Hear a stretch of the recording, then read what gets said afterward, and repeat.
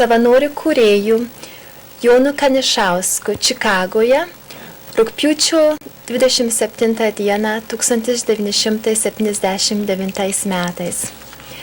Ponas Kanišauskas, norėsiu su jumis šiandien pakalbėti apie jūsų rolę ir dalyvavimą kaip savanoris kūrėjas, kai Lietuvos atsikūrimo metais.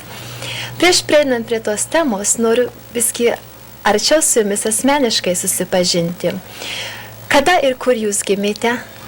Gimiau sausio 24 dieną 1900 lygiai. Ir Paešmenių dvare, Krinčino valsčiuje, Biržos krytis. Kai buvau 6 metų, tai tėvas sugalvoja, kad mums leisti mokyklą, bet tenai toliau mokyklos yra, tai pasikelti arčiau prie Panevėžio. Tai jis pasikėlė į grafo Keizerlingo dvaro užvaizdą, galim sakyti, kadangi jis turėjo 3 dvarus, tas grafas vienas buvo išnuomotas, vienam pats gyveno, o trečiam tai mano tėvas tvarkė. Tai jūsų tėvas tarnavo dvaro ponams? Dvaro ponam jau. Pats žemės, reiškia, neturėjo? Pats neturėjo žemės.